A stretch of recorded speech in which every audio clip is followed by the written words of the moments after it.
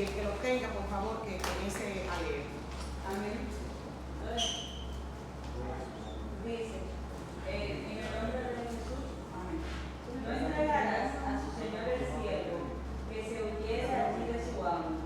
Morará contigo en medio de ti, en el lugar que escogiere, en alguna de tus ciudades, donde alguien tuviere, no lo oprimirás. No haya ramera entre las hijas de Israel, ni haya sodomita entre los hijos de Israel. No traerás la paga de una ramera, ni el precio de un perro, a la casa de Jehová tu Dios por ningún voto, porque abominación es a Jehová tu Dios, tanto lo uno como lo otro. No exigirás de tu hermano interés de dinero, ni interés de comestibles, ni de cosa alguna que se suele exigir interés. Del extraño podrás exigir interés, mas de tu hermano no lo exigirás, para que te bendiga Jehová tu Dios en toda obra de tus manos, en la tierra a donde vas para tomar posesión de ella. Cuando haces voto a Jehová tu Dios, no tardes en pagarlo, porque ciertamente lo demandará Jehová tu Dios de ti, y sería pecado en ti. Mas cuando te abstengas de prometer, no habrá ningún pecado.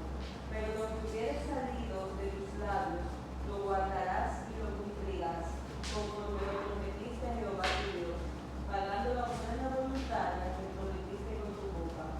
Cuando entres en la viña de tu prójimo, podrás comer uvas hasta saciarte, mas no pondrás en tus cestos. Cuando entres en la mies de tu prójimo, podrás arrancar espigas con tu mano, mas no aplicarás hoz a la mies de tu prójimo. Ok, vamos a continuar con la segunda parte de Deuteronomio.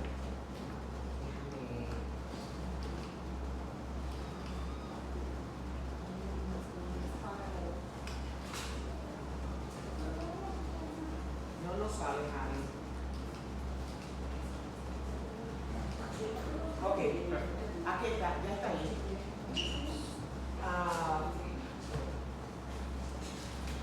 Cuando nosotros le damos seguimiento a la lectura, como la estaba planteando Rose, cuando ella lo leía, como que encontramos que no tiene una secuencia.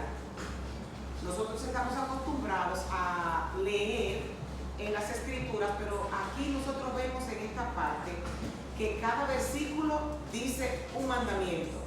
Cada versículo dice un mandamiento. Entonces, vamos a ir desglosándolo conforme al mandamiento que es que Dios pide. Aquí dice que si un esclavo huye de su amo y se refugia contigo, no lo devuelvas a su amo, déjalo vivir en medio de ti en cualquier ciudad que elija y no lo oprimas. Usualmente, cuando se usa la palabra esclavo, se refiere a los más necesitados, se refiere a los pobres, se refiere a los que son segregados, a los que aparentemente no tienen voz, los que no se escuchan, los que no se le da importancia, los únicos que se usan prácticamente por los políticos para poder tener votos, pero después se olvidan de ellos. Entonces, Dios está mandando a que no oprimamos a ese tipo de personas y tampoco le hagamos que sus cargas sean pesadas si llegan a nuestra vida. Por ejemplo, esto que está aquí es una historia que rompe el corazón. Hace más de 300 años, en una isla del África llamada Gorée, se llama la isla, está esto que se llama la puerta del no retorno. Y esta es una representación de los esclavos que fueron exportados a los Estados Unidos y también a Europa. Esta puerta era un lugar donde se recogían todos los hombres, era a la fuerza que los cogían. No les importaba que tuvieran familia, que tuvieran hijos, que tuvieran padres. Cuando ellos pasaban por esa puerta, nunca más ellos volvían a ver a sus seres amados. Y por eso es que se llama la puerta del no retorno. El presidente Obama, cuando asumió el puesto a la presidencia, fue con toda su familia y hay hasta una portada con él mirando al mar, porque los barcos estaban enfrente de esta puerta, enfrente de este lugar, y por ahí eran conducidos todos los esclavos y no podían volver atrás porque nunca más volverían a ver a nadie, sino que iban a ser un instrumento en la mano de los blancos para usarlo como instrumentos para sus riquezas. Entonces, es muy triste. Hay un libro que se llama justamente así, La Puerta del No Retorno, y también hay una película que con más claridad es para usted ponerse a llorar de ver cómo estas personas fueron reclutadas. Quise traer esta fotografía porque hay alguien de quien nosotros lloramos cuando escuchamos lo que él escribió, y nuestra iglesia y iglesias en el mundo entero cantan lo que este hombre escribió, y es John Newton. Él fue quien escribió Sublime Gracia, y yo representé a este hombre que está aquí como John Newton, que él era trabajaba con el tráfico humano, el tráfico de esclavos para después venderlo. Tuvo una experiencia donde Dios se glorificó, era un malvado, su trabajo era él vivía de esto, al grado de que hubo un tiempo en que cuando se comenzó a hacer una propuesta en el Parlamento de Inglaterra para poder dejar de trabajar con la extorsión de los esclavos, él mismo se sentía, la iglesia se le quedó vacía a él cuando él comenzó a predicar de que Dios no había llamado a ningún hombre a este tipo de esclavitud. Porque esta esclavitud que nosotros conocemos es una esclavitud completamente diferente a la esclavitud de la Biblia. ¿De qué forma? La esclavitud de la Biblia era por ejemplo, cuando había un amo que trataba bien a su siervo, ese amo nunca quería separarse de él. Pero este tipo de esclavitud, que es la que nosotros estamos acostumbrados a ver, era sangrienta completamente. Y entonces, John Newton, cuando participó tanto tiempo en lo que era la venta de esclavos, él escribió el Sublime Gracia, que era para... Y por eso es que nosotros lloramos tanto, porque vemos la vida de un hombre arrepentido, un hombre malvado. Todos nosotros hemos sido malvados, de ahí fue que Dios nos sacó, pero un hombre arrepentido y completamente convencido de que la gracia de Dios era que lo había salvado. Y se trae más o menos este paréntesis para que nosotros pudiéramos interpretar un poquito de este cuadro, que aunque nosotros lo veamos que fue pintado, básicamente esta era el tipo de vida que tenían los africanos cuando eran trasladados para hacer un uso de beneficio egoísta para el blanco hacerse rico. Y cuando traté como de relacionar este versículo bíblico con esta etapa en la que vivieron hace 300 años, 400 años con lo que era el tráfico humano de esclavos, y cómo ya Dios tenía un mandamiento para que nosotros tuviéramos mucho cuidado de qué hacer. Yo analizando en las clases que se dieron el miércoles, por ejemplo, dentro de la iglesia cristiana se critica mucho cuando se le da énfasis al Antiguo Testamento. Pero yo no sé si ustedes experimentaron lo que yo experimenté la semana pasada, cuando con estos mandamientos, que no son mandamientos salvíficos, podíamos ver cómo la mano de Dios estaba obrando para que nosotros no nos enfermáramos. Cómo la mano de Dios estaba obrando para que nosotros fuéramos higiénicos y aprendiéramos a ser educados en cuanto a la higiene. Cómo Dios estaba previniendo, enseñando cuarentena, enseñando las áreas de la anestesia, enseñando las áreas de la medicina, previniendo las infecciones. Todas esas cosas que los médicos aprendieron después, Dios ya lo había dado en la antigüedad. Entonces, ¿cómo nosotros vamos a hacer caso omiso a esos mandamientos cuando realmente lo que nos hacen ver es el cuidado que Dios tiene con nosotros?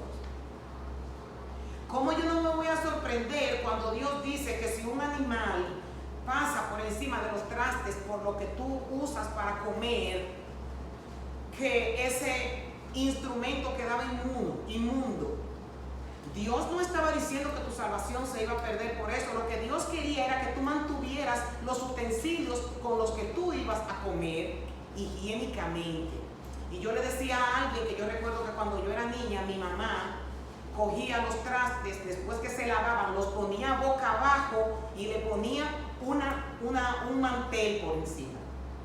Yo no sé, Georgina, si en tu tiempo tuviste eso. Eso representaba, cuando nosotros nos íbamos a acostar, que mi mamá estaba cuidando que todos los trastes no fueran impactados ni por cucarachas, ni por ratones, ni por insectos, que después esos trastes se usaran para que nosotros usáramos, para la redundancia, esos utensilios para comer y quedáramos infectados, enfermos, y no supiéramos de dónde salimos enfermos. Y fue porque un animal le pasó en la noche, el animal orinó, el animal defecó, y nosotros, sin darnos cuenta, estamos comiendo en ese instrumento que no está adecuado higiénicamente para el cuerpo nuestro. Entonces yo veo la gloria de Dios en esto y veo la maravilla de cómo Dios tiene tantos detalles para cuidar nuestra salud y para cuidar el medio ambiente también. En Primera de Samuel hay una historia que era cuando, vamos a concentrarnos en la historia antes de leer. Hay una historia donde el pueblo fue atacado. David estaba en las montañas y fue atacada toda la comunidad y le robaron a todas las mujeres y le quemaron la comunidad donde ellos estaban viviendo. Entonces, en ese tiempo era que David estaba en el campamento de los filisteos viviendo. Se llamaba Siclag, el sitio donde David vivía con sus mujeres y vivían todos los 600 hombres que lo acompañaban a él en la guerra. Los amalecitas cogieron cautivas a todas las mujeres y cogieron a los niños también y las propiedades de ellos. David sale desesperado a buscarlos sin saber dónde ellos están. Y viene y presenta este episodio, que es que en el camino ellos encontraron a un egipcio en el campo y lo llevaron a David. Le dieron pan para comer. Este egipcio tenía 3 días que no comía porque su amo lo había abandonado. Dice que le dieron de comer, le dieron agua para beber y también le dieron parte de un pastel de higos y 2 racimos de pasas, porque no había comido ni bebido nada durante 3 días y 3 noches. Al poco tiempo este hombre, este esclavo, recobró las fuerzas y David le preguntó a quién le pertenecía. Soy egipcio, le dice él, esclavo de una amalecita, y respondió: mi amo me abandonó hace 3 días porque yo estaba enfermo. Regresamos de asaltar a los cereteos en el Negev, el territorio de Judá y la tierra de Caleb, y acabamos de incendiar a Siclag.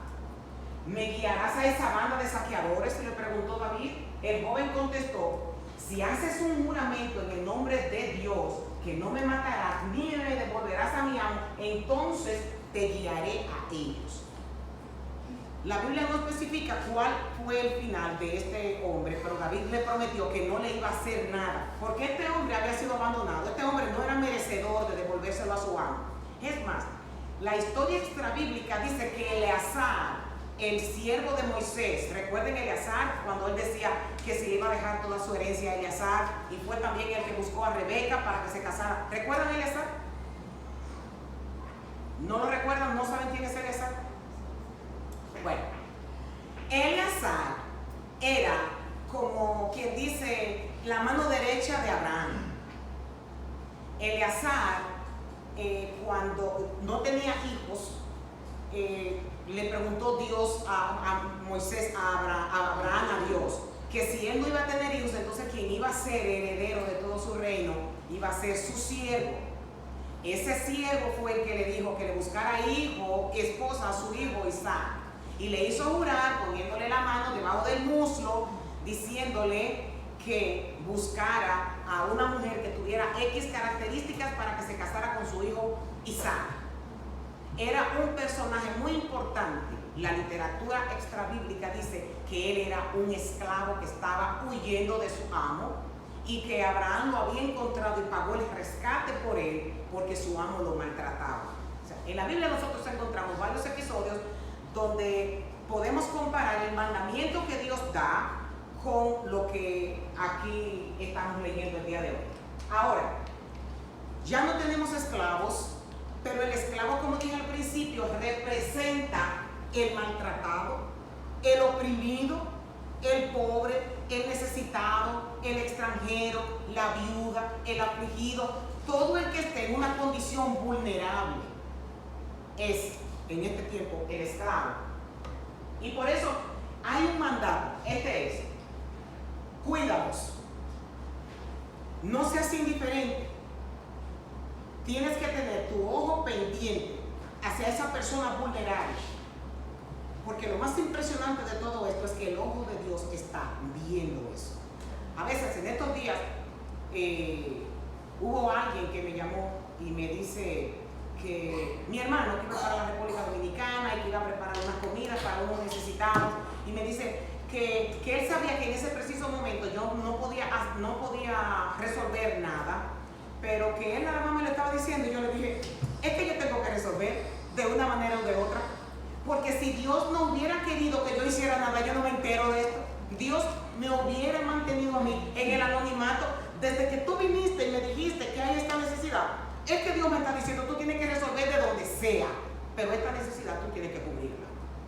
Y no necesariamente uno tiene que desfalcar el bolsillo haciéndolo, pero desde que tú sabes que hay un necesitado y te llegó la información, eso no es decir: ay, hombre, qué pena, vamos a orar por esta situación. No, no, no. Cuando llegó el dato a tu oído es porque tú tienes que accionar y tú tienes que hacer algo, porque si no, Dios te hubiera dejado ausente de esa información. Algo tú tienes que hacer, porque ya te está involucrado en lo que está pasando. Entonces, en Éxodo 22:21 dice: no maltrates ni oprimas al extranjero de ninguna forma. Recuerda que tú también fuiste extranjero en la tierra de Egipto. En estos días, en el culto de oración, Blanca decía precisamente esto, que ella decía que nosotros, porque ya estamos estables en Estados Unidos, tenemos nuestros papeles, tenemos ingresos, no se nos puede olvidar que muchos llegamos aquí, incluyéndome a mí, pasando mucho trabajo. Los muchachos de nosotros que ya vinieron porque se le hicieron papeles o nacieron aquí y que ya uno tiene una casa y está estable, no se pueden ni remotamente imaginar cómo pasamos trabajo los que llegamos primero. Mucho trabajo. Yo pasé trabajos hasta de leche para Juan, hasta de dinero para comprarle un galón de leche.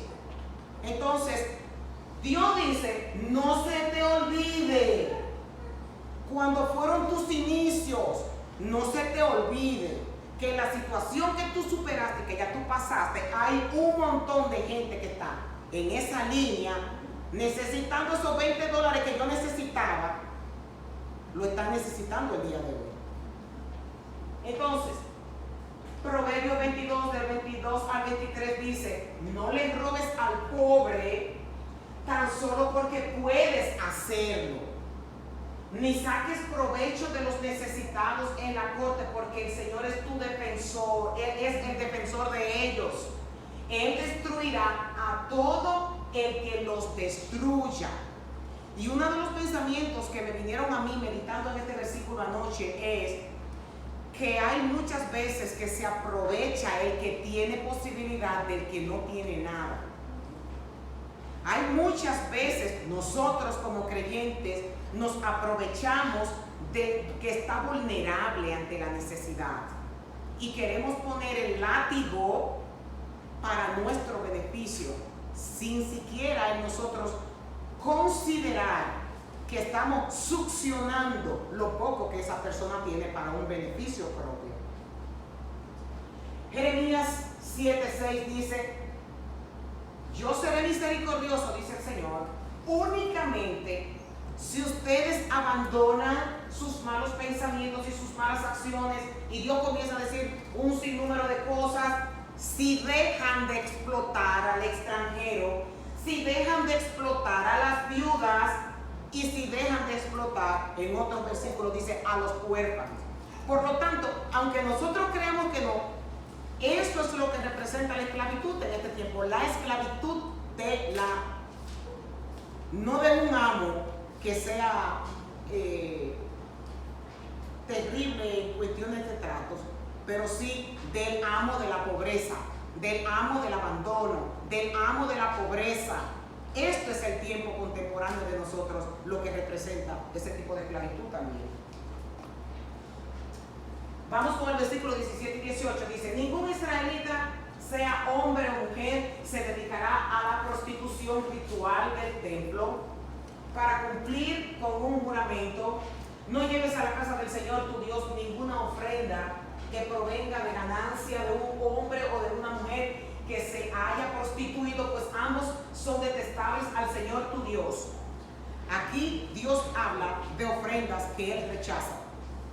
La gente se cree que todo lo que nosotros tiramos en el alfolí, Dios lo acepta con agrado. Aquí Dios nos está diciendo que no todas las ofrendas Él las recibe con agrado.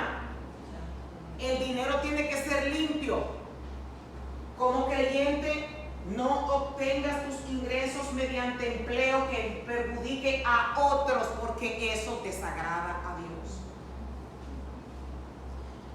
Podemos traer mucha ganancia al alfolí, pero hay que ver de dónde salieron esas ganancias.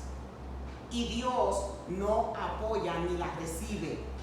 Nosotros no creemos, nosotros impresionamos a los hombres cuando uno viene y da una ofrenda de $2,000 o de $3,000, pero ¿lo recibirá Dios con la misma actitud?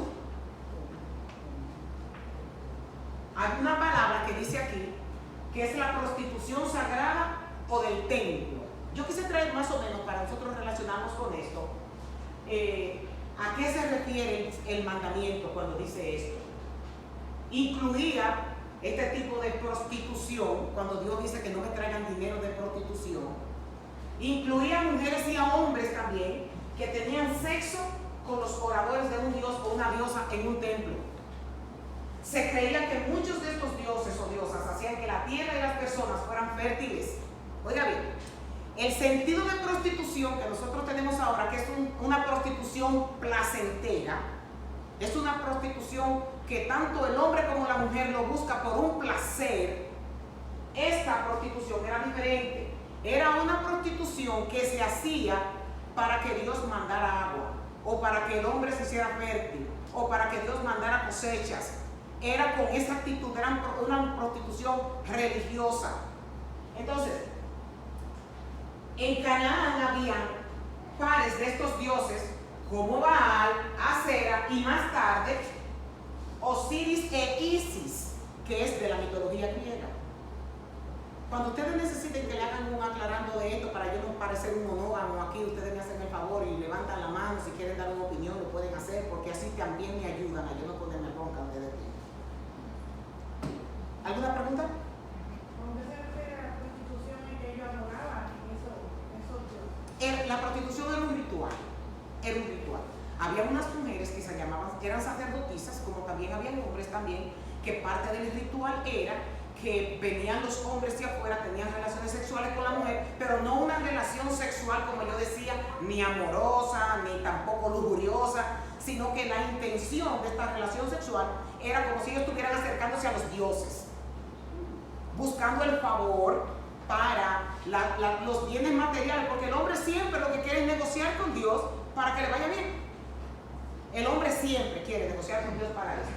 Entonces, cuando Dios está hablando aquí en este mandamiento, lo que está hablando de este tipo de prostitución.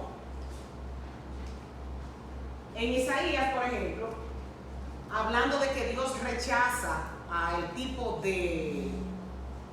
Dios no acepta todas las ofrendas que se le traen. Dice en Isaías, porque yo el Señor amo el derecho y odio el latrocinio en el holocausto. Y traje esta palabra traducida, la palabra latrocinio, para que la podamos entender, que es lo que el versículo dice, es una acción propia de un ladrón o de quien defrauda a alguien gravemente. Eso es latrocinio. Cuando una persona tiene ganancias deshonestas, entonces Dios dice que él odia ese tipo de acto para su holocausto. Él odia el dinero que entra, que no es un dinero legal, que no es un dinero ganado conforme a las reglas del código.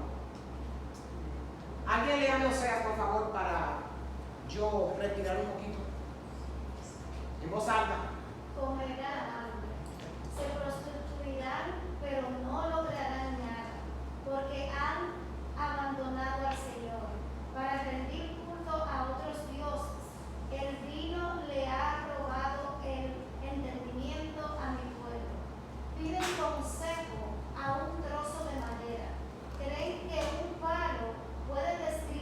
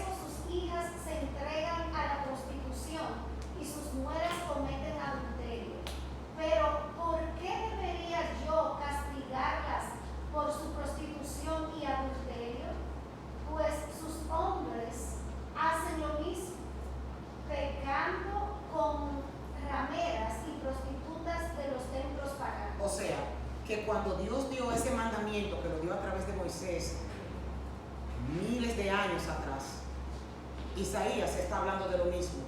Los hombres siguen haciendo lo mismo y las mujeres siguen haciendo lo mismo. Esto que está aquí es, por poner, traje dos imágenes. Este es el templo de Afroditas en Turquía. Se llamaba prostitución sagrada, que es el eufemismo para lo que le estoy hablando, que tipo sacerdotisas, que eran prostitutas, y el nombre más o menos que se decía era el hieródula. Esa es la palabra griega, que significa sierva sagrada. Y en el mundo griego hubo prostitución sagrada en los templos de Afrodita. Escuche bien, porque yo quiero que relacionemos la carta de Pablo a los Corintios y relacionemos la carta de Pablo a todas estas iglesias que estaban en el Asia Menor. Estaba en Sicilia, en Chipre, en la región del Ponto, en la Capadocia y en Corintio. Que cuando nosotros escuchamos este lenguaje del apóstol Pablo, se deriva precisamente de esto. La semana pasada estuvimos hablando justamente de cuando Pablo le decía a las mujeres que no podían enseñar en la congregación porque todo esto estaba involucrado, lo que ellas habían aprendido y habían practicado y querían hacer, lo que se llama sincretismo dentro de las iglesias o dentro de la iglesia cristiana, enseñando cosas que habían aprendido aquí y uniéndolas también con el cristianismo. Esto es las ruinas del templo de Afroditas en Atenas, que es lo mismo también. Entonces, eso se puede ver de Corinto, se puede ver. Y escuche bien cómo era en los tiempos de Pablo. Este hombre, Simónides, era un poeta filósofo. Y en homenaje a la eficacia de estas mujeres prostitutas, de su patrona Afrodita, mira lo que él escribe: estas mujeres han sido consagradas para intervenir ante la divina Cipris, que es Afrodita, a favor de los griegos y de sus ciudadanos valerosos en el combate, pues la diosa Afrodita no ha querido que la ciudadela de los griegos sea entregada a los arqueros persas. O sea que el concepto que ellos tenían de la prostitución era un concepto exclusivamente religioso. Pero ellas tenían un poder adquisitivo, ganaban dinero con esto. Corintio estaba cerca de un lugar portuario y todos los que llegaban a este puerto de Corintio venían al templo de Afrodita, el que está en Atenas, y otros que había también por la acrópolis ellos tenían por todas partes, tenían de este templo, traían ganancias y las mujeres ganaban, y también los hombres sacerdotizos que trabajaban en este templo ganaban dinero. Y a eso precisamente es parte de lo que Dios dice que no acepta esa ganancia. Sierva sagrada. La presencia de estas mujeres dedicadas a la diosa del amor contribuyó a darle a Corinto la reputación de la ciudad de los placeres fáciles. No sorprende que la prostitución laica adquiera una extensión considerable en la ciudad. Los traficantes de esclavos traían a sus mercancías, traían a sus mujeres, puesto que sabían que en Corinto había mejores probabilidades en encontrar compradores buscando mujeres para consagrarlas al culto de Afrodita. ¿Por qué yo estoy hablando de todo esto? Para llegar a los procesos, al proceso de la procedencia, de dónde sale nuestro dinero, para nosotros dárselo a Dios. ¿Cómo Dios lo rechaza? Dios no quiere ese dinero. En Isaías 1, del 13 al 15, dice, alguien lea por favor. Dejen de traerme sus regalos sin sentido. El incienso de sus ofrendas me da asco. En cuanto a sus celebraciones de luna nueva, del día de descanso y de sus días especiales de ayuno, todos son pecaminosos y falsos. No quiero más de sus piadosas reuniones. Odio sus celebraciones de luna nueva y sus festivales anuales. Son una carga para mí. No los soporto. Cuando levanten las manos para orar, no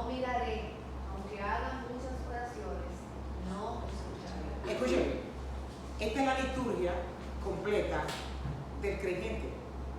La liturgia del creyente es, nosotros no encendemos incienso, pero la adoración a Dios es el incienso, lo que dice que llega hasta el trono de Dios. Y Dios dice que no le agrada, porque la intención que había en el corazón de los hombres cuando lo hacían, a Dios no le agradaba. Detrás de esa religiosidad había una condición de apariencia externa, pero por dentro Dios sabía que era lo que estaba pasando.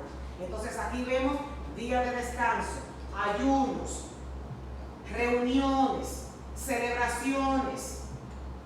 Dios dice oraciones. Cuando levante la mano para orar, todo lo que se trata de la liturgia de un creyente, Dios dice, yo no tolero, yo no lo soporto, me da asco, dice el Señor. Son palabras fuertes. ¿Qué significa esto? Que Dios conoce la intención del corazón por la que nosotros hacemos todo. Nosotros hacemos muchas cosas hasta por motivos egoístas. Ustedes saben. Nosotros hacemos muchas cosas y Dios no recibe con agrado esto. O sea, por eso es que no es todo lo que nosotros hacemos para Dios, Dios lo recibe con agrado. Aquí hay ofrendas que Dios acepta y ofrendas que Dios no acepta. Nosotros vemos aquí en este caso que todos ustedes saben que eso representa a Caín y Abel. Los dos llevaron ofrendas. ¿Y qué pasó? La intención del corazón de uno fue lo que Dios rechazó, porque uno llevó de lo que cosechaba y el otro llamó. Cada uno de los dos llevó lo que hacían en su diario. Caín se dedicaba a la agricultura y Abel se dedicaba al rebaño. Ninguna de las dos cosas eran pecaminosas. Ellos estaban haciendo dos cosas lícitas, pero la intención del corazón de Caín, Dios la conoció. No fue lo que él le llevó, lo que Dios rechazó. Lo que Dios rechazó fue la intención que había en su corazón para el sacrificio que hizo. Por eso es que no todo lo que nosotros le ofrendamos a Dios, Dios lo acepta. No todo es agradable para Dios. Hay ofrendas que se dan para que no hablen. Hay ofrendas que se ponen en el alfolí para que no digan, fulano no aportó en esto.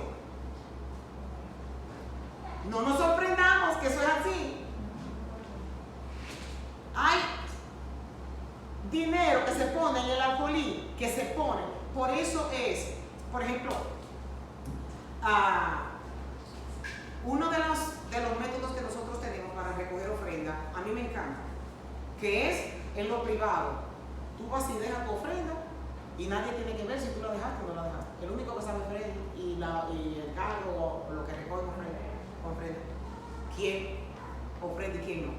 Pero la intención en el corazón que tiene la persona que puso el dinero en el alfolí, aunque sea más que la más mínima ofrenda que se dé, Dios la conoce.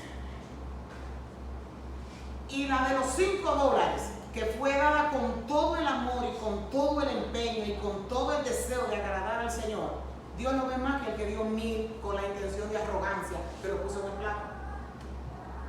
Entonces, no toda la ofrenda Dios lo acepta como un olor fragante. Cuando se está cantando, hay como 6 que cantan. Solo Dios sabe cuál es la actitud del que está cantando. Si le está cantando a Dios, si está cantando para que lo vean, si está cantando porque quiere recibir el aplauso cuando baje de ahí, si está cantando porque me gusta cantar y no quiero estar en el grupo de alabanza. Solamente Dios sabe la intención que tiene cada quien cuando se sube ahí arriba. Y Él sabe a quién aprueba y a quién no.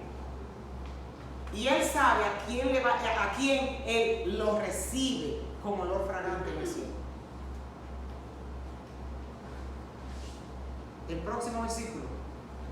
No cobres intereses por los préstamos que le hagas a otro israelita, sea que le prestes dinero, alimento o cualquier otra cosa. Puedes cobrar intereses a los extranjeros, pero no les cobrarás a los israelitas, para que el Señor tu Dios te bendiga en todo lo que hagas en la tierra donde estás a punto de entrar y que vas a poseer. Ok, este versículo no significa lo que literalmente dice.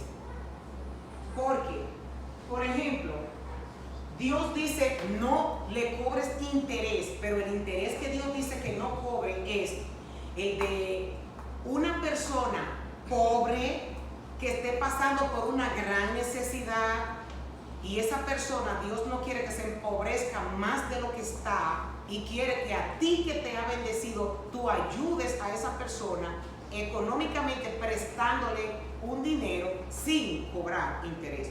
Ahora bien,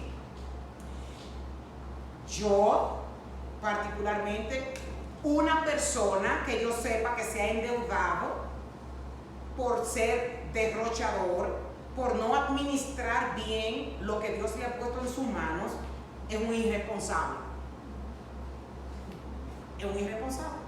Porque si a ti te entran 20, ¿cómo tú vas a gastar 25 para venir a decirme, por favor, préstame estos $5 que lo necesito, estoy sobregirado? Porque te lo comiste en restaurante, porque te lo gastaste en ropa, porque te fuiste de viaje, por todas esas cosas. Un irresponsable, esa persona no califica para ese tipo de préstamo.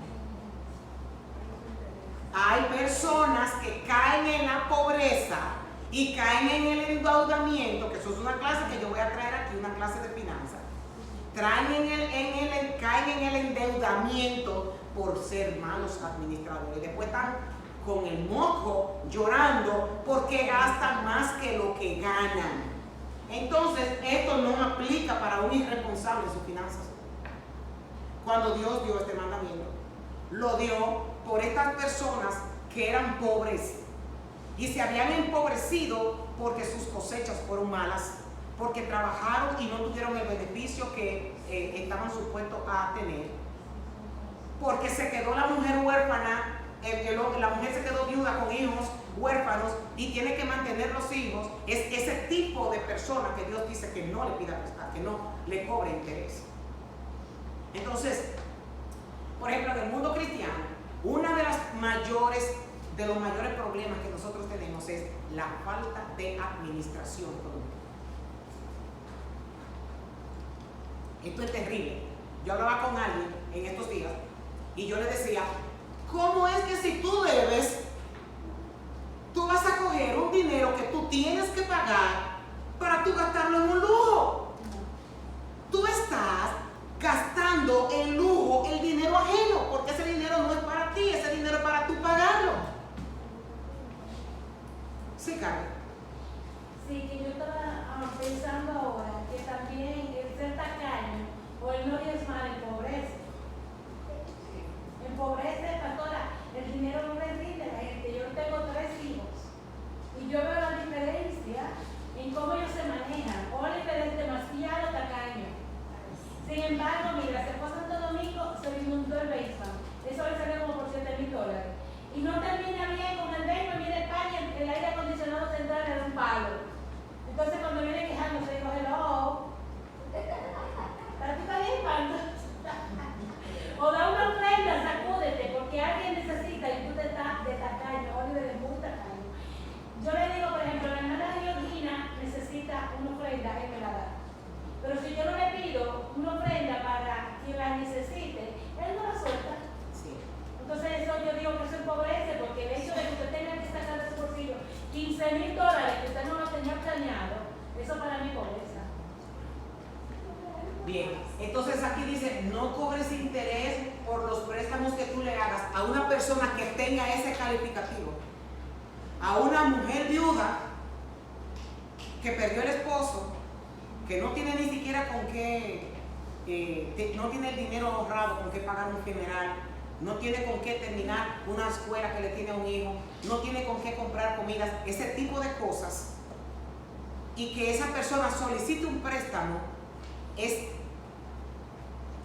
un reproche de Dios el que le cobre intereses a una persona en esa condición, Sí, Susana. Yo siempre, por ejemplo, te estoy escuchando cuando dice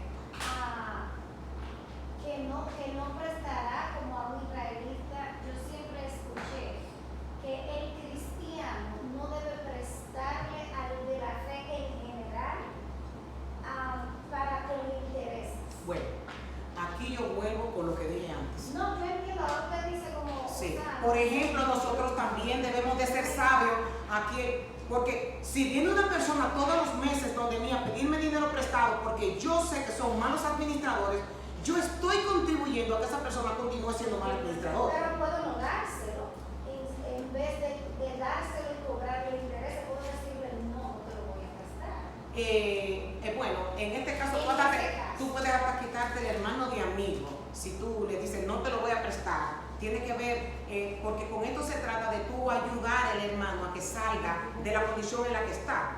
Porque a veces hay problemas que se meten en un lío, salen y vuelven y se meten en otro lío y no saben que tienen ese círculo vicioso.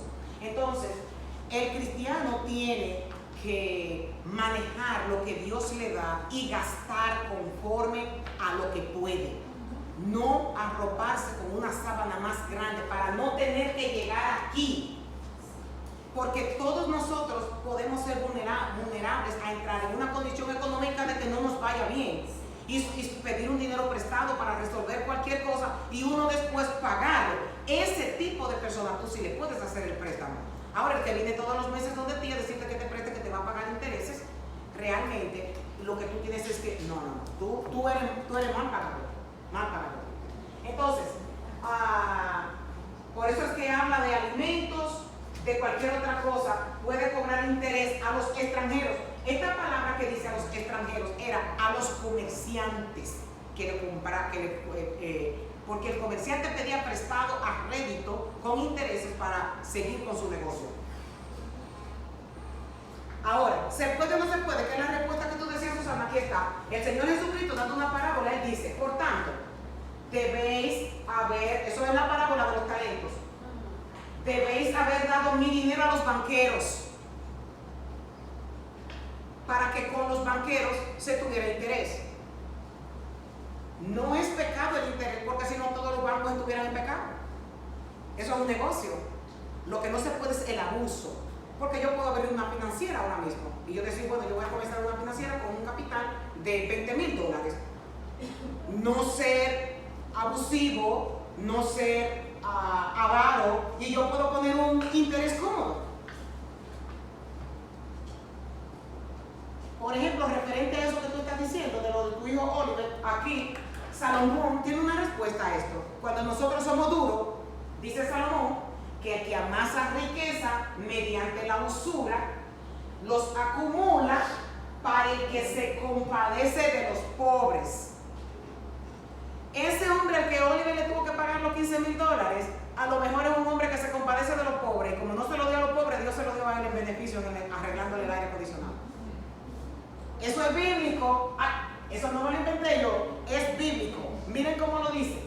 El que ama las riquezas mediante la usura, o sea, mediante las personas que son avaras, las acumula. Ok, me gané todo este dinero, pero la Biblia dice que la acumula para dársela al que ayuda al pobre.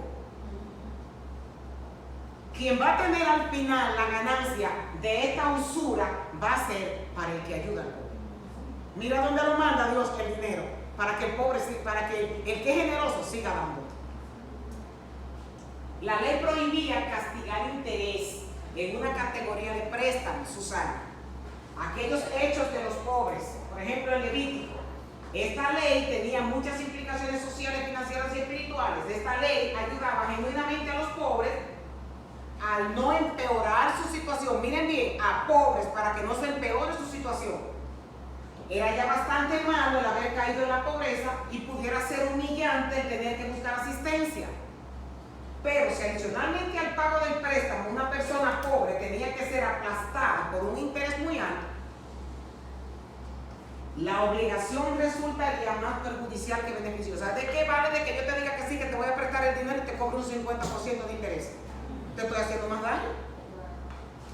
Déjame bien rápido, que ya estamos, me voy a pasar. Tiene sus beneficios. Dice el Señor que quien puede, cuando se habla en el Salmo 15, ¿quiénes son las únicas personas que van a estar delante de la presencia de Dios?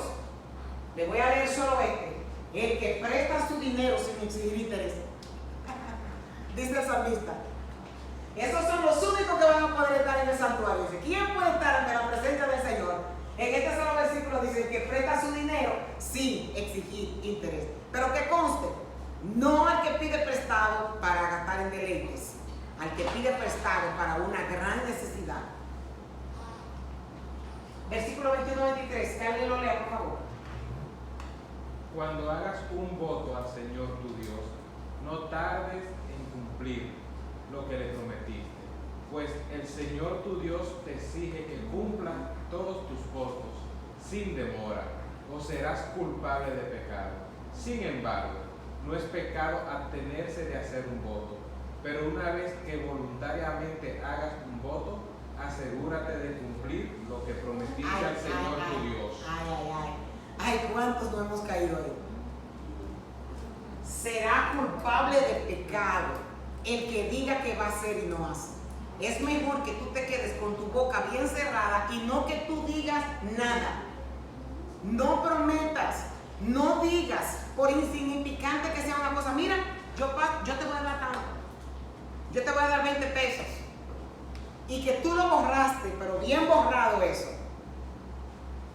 Vamos a desarrollar esto, porque yo creo que este es el tema que a mí más me ¿Qué se le parece a esta escena? Ese es Ananías. Ese es Ananías. Dice, Pedro le dijo a Ananías, ¿por qué has permitido que Satanás llenara tu corazón? Tú le mentiste al Espíritu Santo y te quedaste con una parte del dinero. La decisión de vender o no la propiedad fue tuya. Y después de venderla, el dinero también era tuyo para regalarlo o no. ¿Cómo tú pudiste hacer algo así? No nos mentiste a nosotros, sino que tú le mentiste a Dios. Y de esto no se trata del dinero que se pone en el alfolí. Este dinero que estaban recolectando ellos era para común entre los hermanos ayudarse.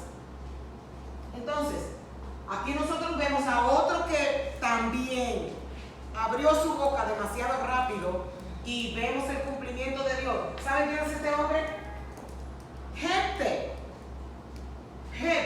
le habló a Dios, por eso no se puede ser rápido, por eso fue que puse arriba, no se puede ser rápido. Yo contribuyo con tanto y después a la hora de contribuir no apareció nadie.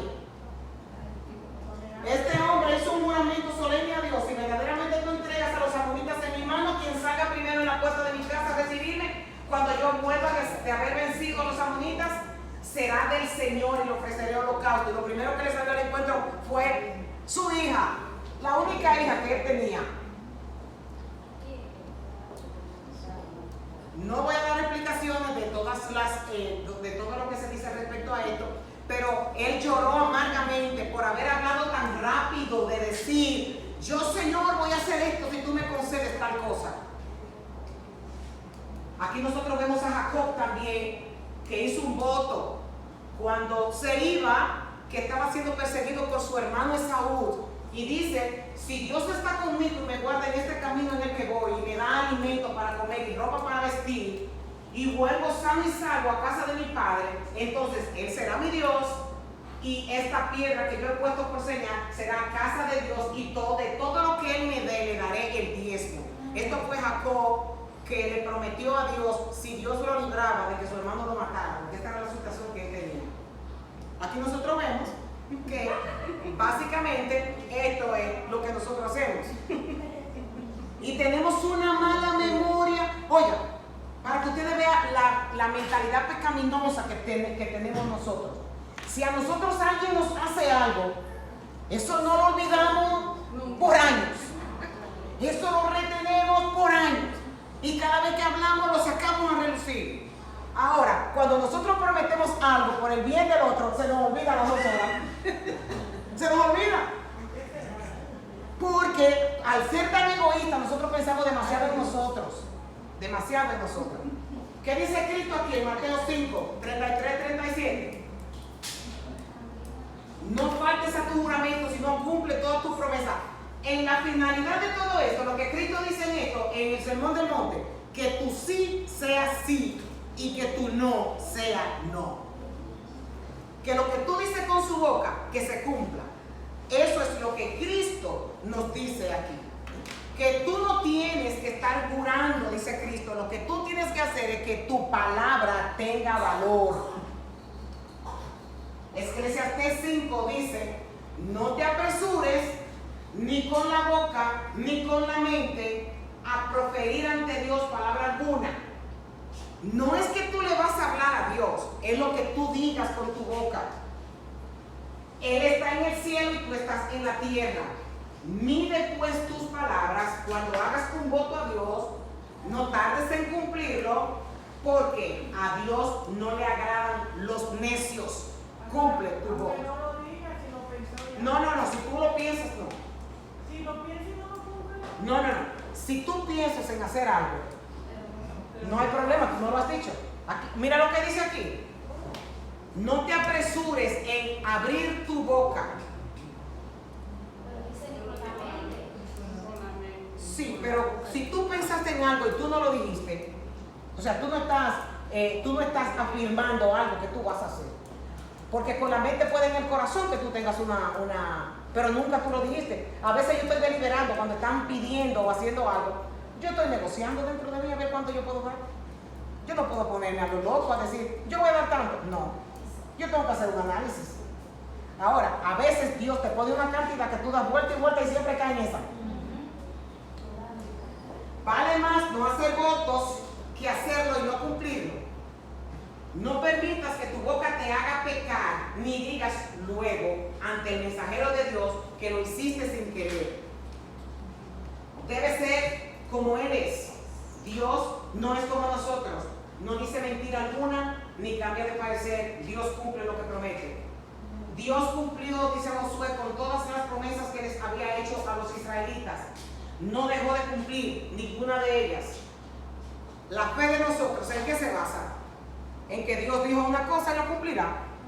La fe de nosotros es que Dios dijo que se va a hacer y se hará. La fe de nosotros dice que Cristo murió, resucitó y que volverá.